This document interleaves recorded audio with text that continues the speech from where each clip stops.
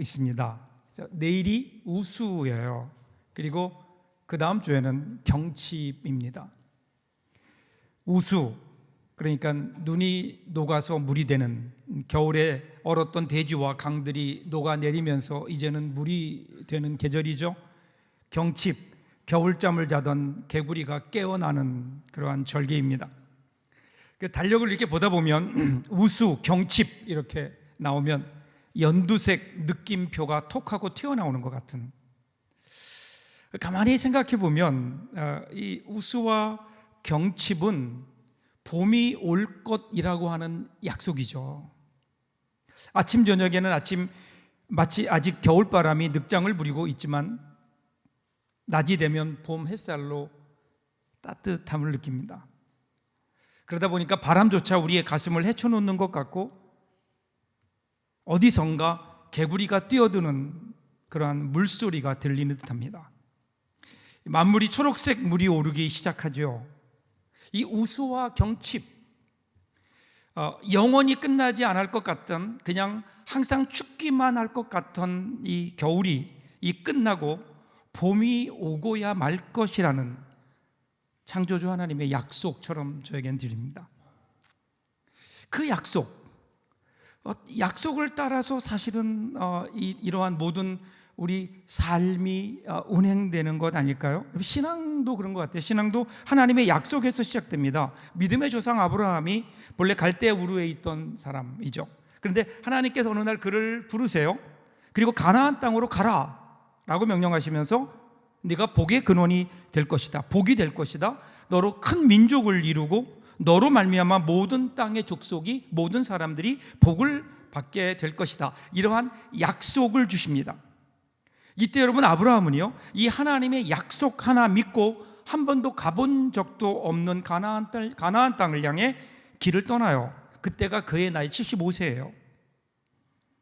아브라함은 그 약속을, 하나님의 약속을 자기의 꿈으로 삼았고, 그래서 가나안 땅을 향해 떠났죠. 그리고 그는 믿음의 선구자, 믿음의 조상이 된 겁니다. 오늘 우리 그리스도인들 하나님의 약속을 받은 사람들이에요.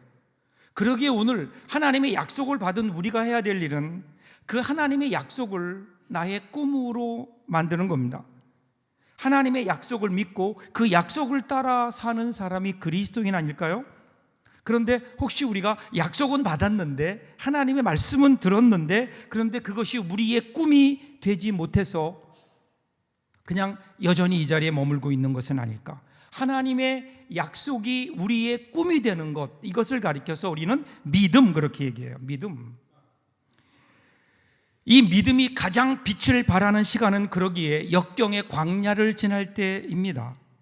우리가 가는 길이 아무리 춥고 어두워도 우리가 서 있는 자리에 아무리 거센 광야에 바람이 불어온다 하더라도 우리가 그 가운데 그것에 굴하지 아니하고 그 길을 갈 수 있는 이유가 있다면 그거는 하나님의 약속 때문이 아닐까요? 하나님의, 우리의 꿈이 된 하나님의 약속. 그래서 우리는 이 하나님의 약속을 확인하며 꿈꾸며 살아가는 겁니다. 예수 믿는 것은 꿈꾸는 것이에요. 하나님의 약속에 근거한 꿈을 꾸는 것. 우리 믿음이 그거다니까요. 그리고 우리는 그 꿈을 따라 살아가는 거예요. 그리고 하나님은 우리의 꿈을 따라 우리의 삶을 인도하십니다. 오늘 본문이 바로 이 약속과 꿈에 대한 이야기인 거예요. 자, 예수님께서 이 땅에 오셔서 많은 일을 하셨어요. 또 많은 말씀을 우리에게 하셨어요. 근데 이 모든 일을 한마디로 요약한다면 하나님의 나라예요. 하나님의 나라. 이 하나님의 나라를 위해서 예수님이 이 땅에 오셨어요. 자, 하나님의 나라, 하나님이 다스리시는 나라, 하나님이 통치하는 나라. 왜 하나님의 나라를 지금 예수님께서 이렇게 말씀하실까요? 그 이유는 사람들의 죄로 인해서 하나님의 나라를 잃어버렸어요. 그래서 이제 예수님께서 이 땅에 오셔서 그 잃어버린 하나님의 나라를 우리에게 되찾아 주시려고요, 하나님 나라의 회복을 위해서요. 그래서 예수님께서 이 땅에 오셔서 십자가를 지시고, 그리고 우리에게 하늘나라에 관한 꿈을 말씀하시는 거예요. 자, 오늘 우리가 읽었던 말씀 바로 하나님 나라에 대한 비유죠. 소위 겨자씨의 비유, 이 비유가 31절부터 나와요. 31절 볼까요? 겨자씨 한 알과 같으니 땅에 심길 때에는 땅 위의 모든 씨보다 작은 것이로되. 아마도 예수님께서는 이제 제자들과 함께 갈릴리 호숫가를 거니다가 노랗게 피어있는 겨자꽃으로 뒤덮인 들판을 보시며 말씀하셨던 것 같습니다. 지금도 여러분 우리가 성지순례를 해보면 갈릴리 호숫가를 거닐면 노랗게 피어있는 겨자꽃 볼 수 있죠. 그러면서 말씀하신 거예요. 그것을 보면서 자, 하나님 나라는 겨자씨 한 알과 같다. 겨자씨 한 알과 같다. 이 겨자씨 한 알이라고 하는 이 말은요, 그 당시 유대인들이 쓰던 관용 표현인데 가장 작은 것을 이야기할 때 겨자씨 같다 그렇게 얘기해요. 오늘 우리나라 말로 바꾸면 뭘까요? 깨알 같다, 뭐 그런 걸 거예요. 우리는 매일 뭐 겨자씨 한 알 이렇게 들었으니까 그냥 그러려니 하고 지나갈 수 있지만 그 당시 이 예수님의 말씀을 듣는 사람들에게는 충격적이었을 겁니다. 왜냐하면요, 유대인들은 오랫동안 하나님 나라를 기다려왔어요. 하나님 나라가 오면 예루살렘이 우리 이 유대인들이 세계 위에 우뚝 설 것이고 모든 나라가 그 위에 엎드리게 될 것이다. 우리는 이 세계 감히 어느 누구도 우리를 넘볼 수 없는 강대한 제국을 이루게 될 것이다. 더군다나 그 당시에 로마 제국의 식민지로 있었던 그러한 유대인들, 이스라엘은 말할 것도 없겠죠. 그들이 가지고 있던 꿈, 하늘나라에 대한 꿈은 이런 것이었는데, 그래서 여러분 구약을 보면요, 하나님의 나라를 상징하는 것은 언제나 아름답고 그리고 거대했던 백향목이었어요. 백향목. 하나님 나라를 비유할 때 백향목으로 비유했다고요. 이 백향목은 한 제단이나 성전이나 궁전을 짓는 데만 사용했던 최고의 나무들이었죠. 바로 이 백향목, 그야말로 위풍당당 그 자체, 그 어느 것과도 감히 견줄 수 없는. 그런데 지금 예수님께서는 이 하나님의 나라, 그들이 꿈꾸는 백향목 같은 하나님의 나라를 뭐라고 비유해요? 겨자씨 한 알과 같다. 겨자씨 한 알과 같다. 여러분, 백향목과 겨자풀 비교할 수도 없어요.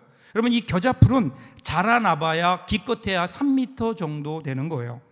게다가 이 겨자풀은 번식력이 좋아서 급속하게 퍼지면서 토양을 망가뜨리기 때문에 농사 짓는 사람들은 기피하던 식물. 그런데 예수님은요, 겨자풀도 아니라 겨자씨 한 알과 같다, 그렇게 예수님이 비유하시는 거예요. 그러니까 이야기를 들으니 사람들이 얼마나 수군댔을까요? 근데 왜 예수님은 하나님의 나라를 비유하시면서 겨자씨 한 알에 비유했을까? 자, 여러분, 그 당시에 예수님의 비유를 들었던 사람들, 이 비유의 이야기를 들었던 사람들의 면면을 한번 보세요. 예수님의 주위에 있던 사람들, 가장 가까이 있던 사람들이 예수님의 12제자. 그 제자들이 어떤 사람이죠? 제자들 가운데는요, 유력한 관원도 없어요, 큰 부자도 없어요, 학식이 뛰어난 바리새인이나 랍비도 없어요. 그냥 그 당시에 평범한 사람들이에요. 대부분이 갈릴리의 어부들. 그러면 예수님 주위에 그 제자들을 넘어서 예수님 주위에 예수님을 따라다니던 사람들은 어땠을까요?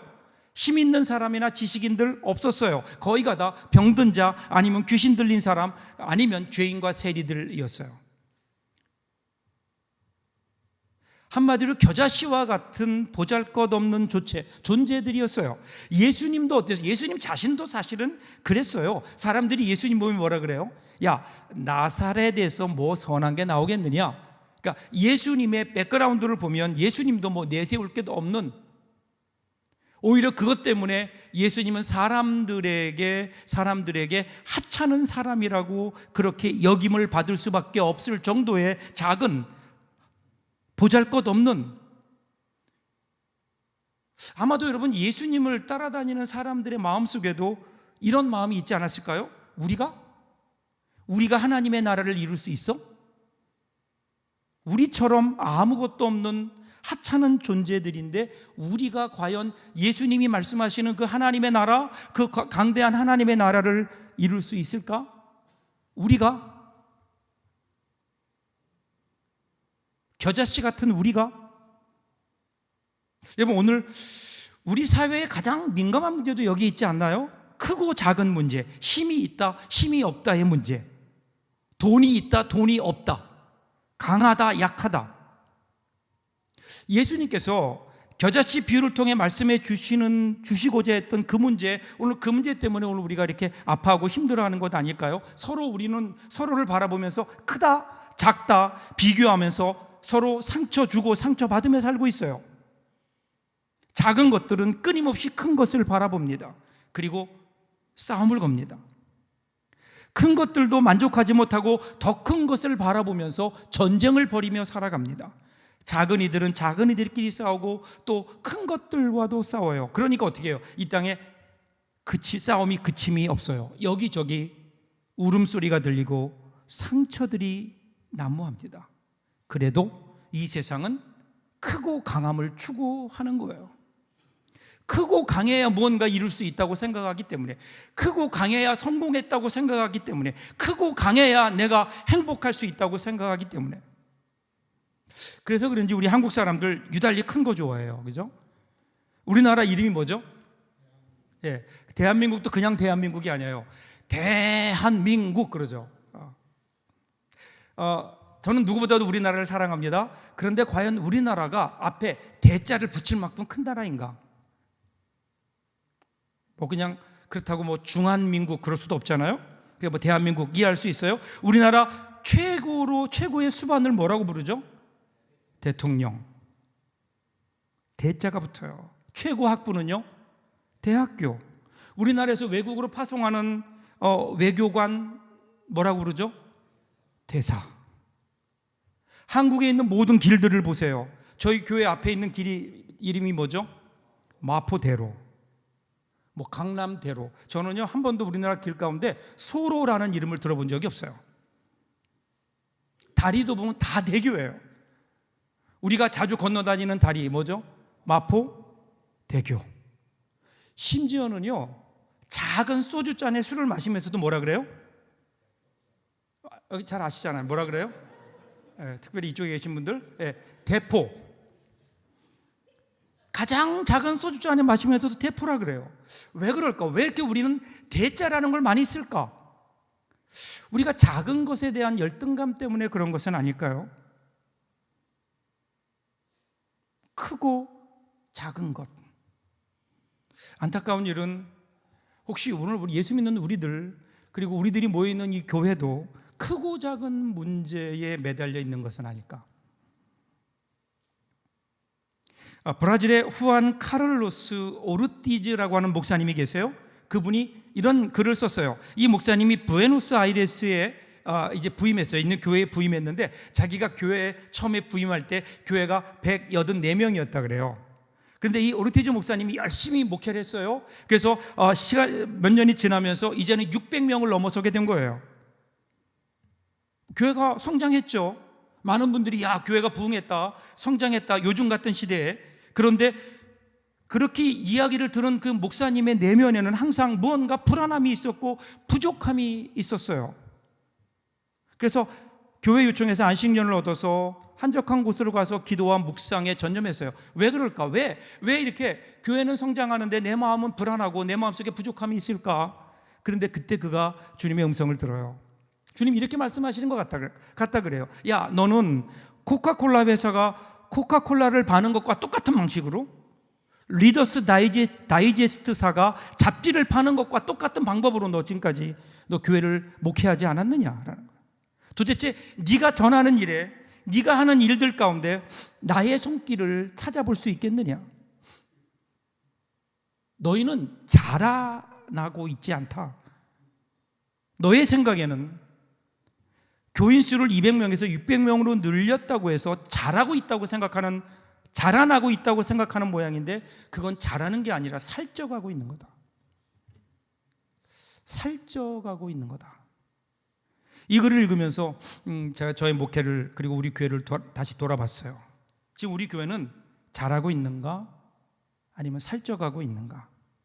어느 순간 우리도 모르는 사이에 우리도 숫자에 우리의 마음을 뺏겼어요. 우리가 커야, 교인들이 많아야, 뭐가 예산이 많아야 힘이 있고 성공하는 교회라고 하는 세속적인 가치관에 우리도 우리의 마음을 내주어 버린 것이 아닐까. 여러분, 교회의 힘이 어디 있어요? 교회의 힘은 우리가 무엇을 얼마나 가졌느냐에 있지 않아요. 얼마나 많은 사람들이 모느냐 아니에요. 그 안에 성령의 능력이 있느냐라는 거예요. 은과 금이 아니라 예수 그리스도의 이름이 교회의 능력이 되어야 되는데, 언제부터인지 여러분, 교회가 어쩌면 우리 교회까지도 우리가 할 수 있는 일만을 하려고 하고 있는 것은 아닐까요? 여러분, 우리가 할 수 있는 일을 하는 것은 교회가 아니라도 그 어느 누구라도 어느 단체라도 할 수 있어요. 교회는 우리가 할 수 있는 일을 하는 곳이 아니라 우리가 할 수 없는 일이라도 그것이 하나님께서 명령하신 일이기에 하나님의 능력으로, 성령의 도우심으로 그것을 이루어내는 것이 교회가 되어야 되지 않을까요? 우리의 능력이 아니라 하나님의 능력으로.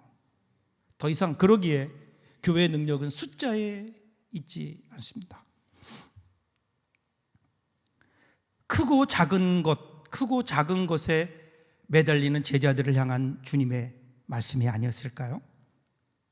자, 그래서 주님은 그러면 단순히 이 겨자씨 비유를 통해서 크고 작은 것의 중요성만을 가르치려고 했던 걸까요? 아니에요. 그랬다면 뭐 다른 거 얘기할 수 있지 않을까요? 더 작은 것들도 있을 거예요. 왜 그러셨을까요? 32절을 한번 보세요. 심긴 후에는 자라서 모든 풀보다 커지며 큰 가지를 내나니 공중의 새들이 그 그늘에 깃들일 만큼 되느니라. 작지만 작다고 할 수 없는 이유가 있어요. 그게 뭘까요? 그 안에 생명이 있어요. 다이아몬드 귀하긴 하죠. 비싸긴 하죠. 그런데 그 다이아몬드는 어제나 오늘이나 영원토록 변함이 없어요. 그냥 다이아몬드 그대로 있는 거예요. 그런데 겨자씨는 달라요. 어제는 작은 것인지 모르지만 이제 내일은 큰 숲을 이룰 수 있다고요. 이것이 여러분 생명의 힘이에요. 생명의 힘. 오늘 겨자씨 비유 앞에 나오는 또 하나의 비유 있어요. 26절부터 보세요. 29절까지인데요. 또 이르시되 하나님의 나라는 사람이 씨를 땅에 뿌린과 같이 그가 밤낮 자고 깨고 하는 중에 씨가 나서 자라되 어떻게 그리 되는지를 알지 못하느니라.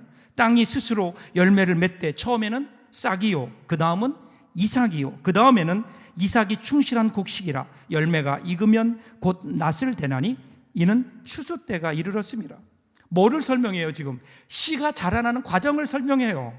처음에는 뭐라고요? 처음에는 그냥 씨예요. 근데 그 다음에 거기 싹이 나요. 그 다음에 거기서 열매가 맺혀요. 이삭이에요. 그 다음에 그 이삭이 여물어요.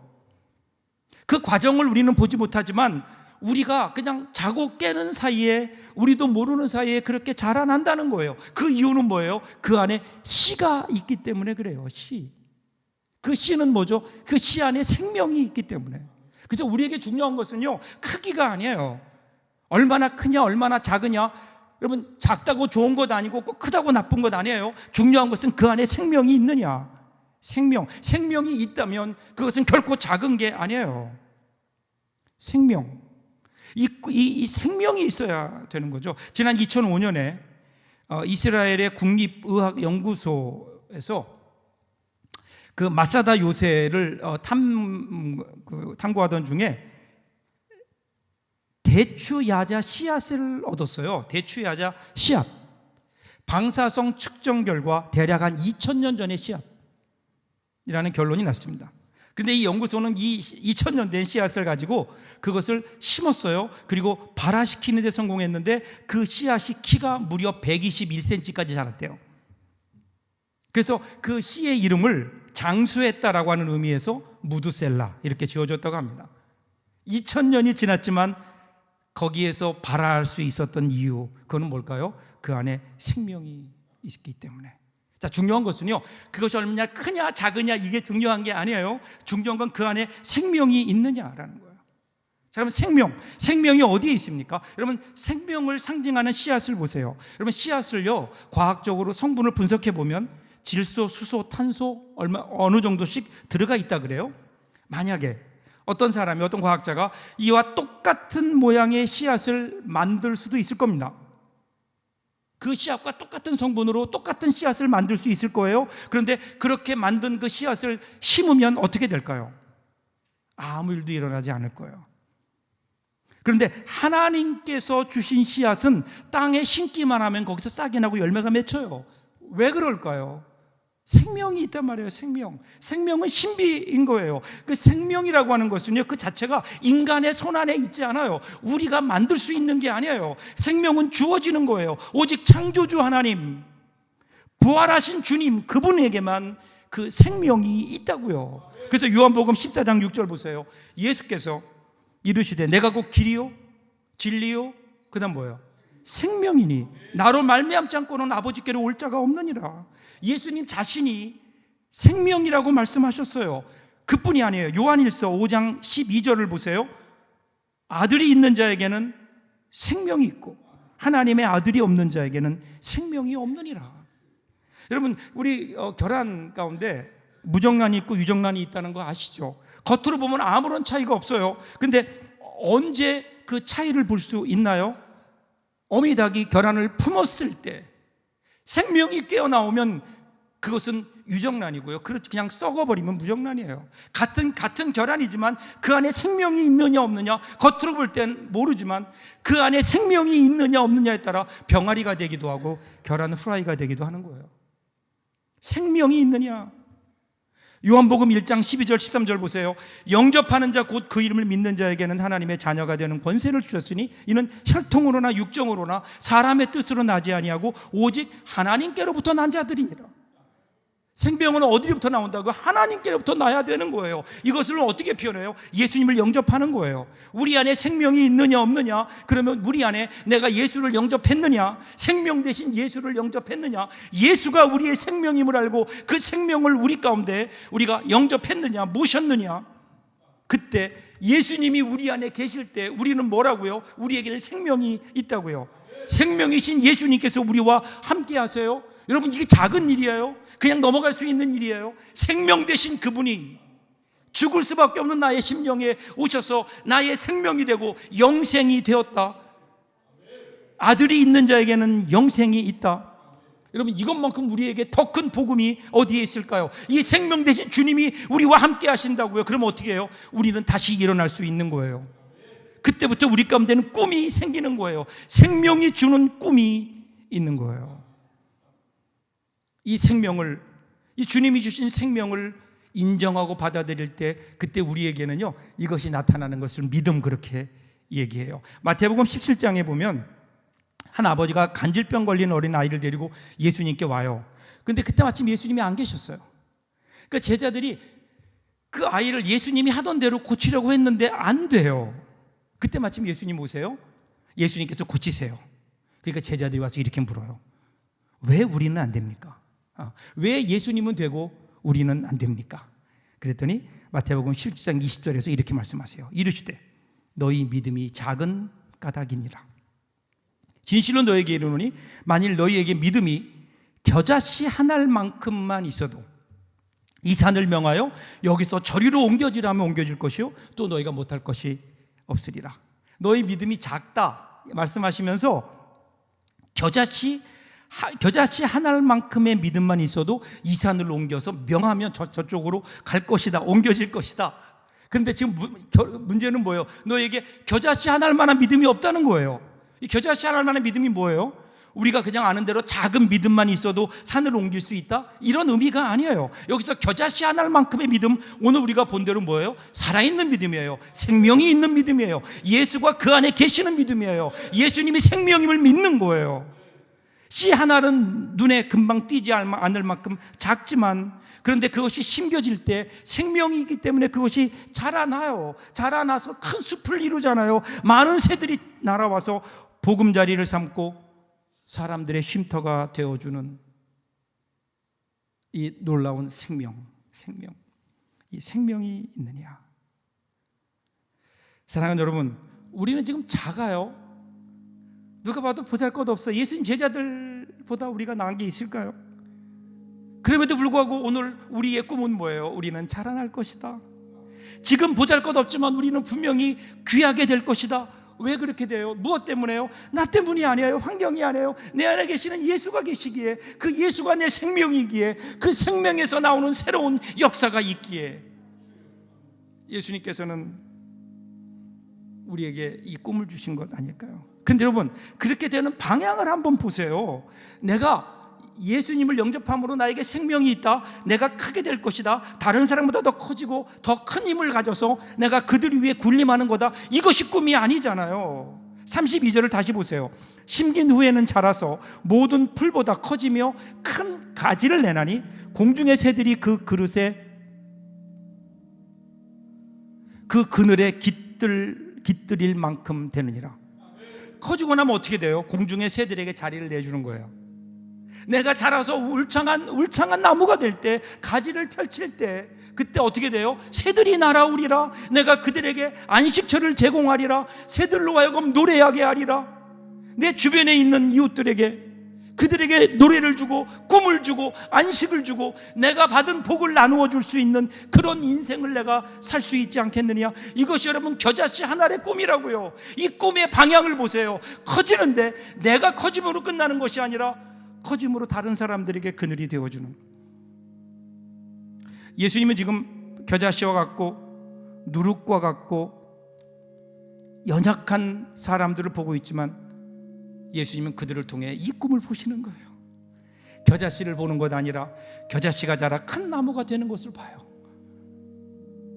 겨자씨 한 알이 땅에 심겨져서 그것이 자라 큰 나무가 되고 그 나무에 새가 깃들고 둥지를 틀면서 노래하는, 지금 그 새 소리를 듣는 거라고요. 여러분, 오늘 우리가 그 소리를 들어야 하지 않을까요? 오늘 우리의 모습은 겨자씨와 같이 연약한 모습이지만, 그런데 뭐잖아, 내 안에 생명이 있기에 그 생명으로 하나님께서 나를 통해 역사를 이룰 것이고, 작은 겨자씨 하나를 통해 새소리를 듣는. 오늘 이 꿈을 가지고 우리들이 나갈 수 있다면 얼마나 좋을까요? 다시 한번 오늘 저와 여러분들에게 이 꿈이 있길 바라고, 이 꿈을 가지고 우리 남은 삶 꿈꾸며 주님과 함께 이 일을 이루어가는 저와 여러분들 될 수 있기를 주님의 이름으로 축복합니다. 기도하겠습니다.